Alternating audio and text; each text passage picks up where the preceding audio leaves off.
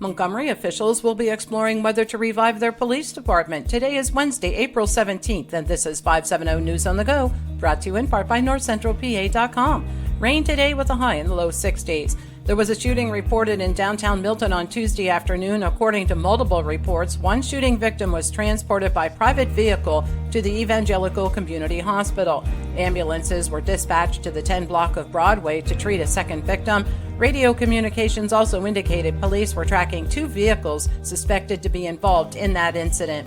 A mother and toddler escaped from a burning home early Tuesday morning in South Williamsport. Jody Smith said she was awakened just before 3 a.m. by the sound of pops and saw smoke in her home at 416 Charlotte Avenue. She ran out of the house with her 1-year-old son. Smith's boyfriend, Cody McKenzie, returned home from work as firefighters were battling the flames. The couple's dog and 2 cats were rescued, but the dog and one of the cats were in pretty bad shape. Firefighters used a pet rescue medical kit to revive them. The home was heavily damaged. A cause is currently under investigation.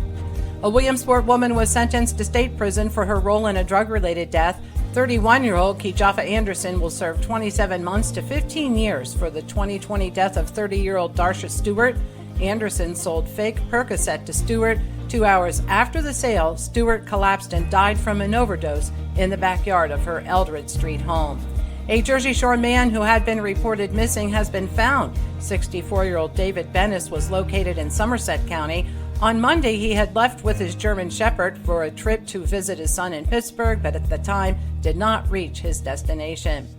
It's been a year since the borough of Montgomery disbanded its police department. However, council announced they will begin discussions in June whether to revive the borough's own police force. Talks will get underway at their June 13th work session. In April of 2023, council voted to accept the resignations of 3 officers and handed over the police coverage to the state police. 2 new businesses are coming to Clinton County's Bald Eagle Township. They were discussed at a recent supervisors meeting. Wawa is planning on building their convenience store at the site of the former Creekside restaurant off Eagle Valley Road. The company is still waiting on action from the DEP before moving forward. Construction is expected to begin in the summer. Meanwhile, the supervisors have received the preliminary plans for Take 5, which is a 10-minute oil change service that will be located on Hogan Boulevard near Lowe's. And a Penn State alum who was running 3,000 miles from Los Angeles to New York City passed through State College yesterday. Paul Johnson is attempting the feat that less than 400 people have ever accomplished as part of a fundraiser for veterans. When Johnson arrived in State College Tuesday, students joined in the run through the borough and the Penn State campus.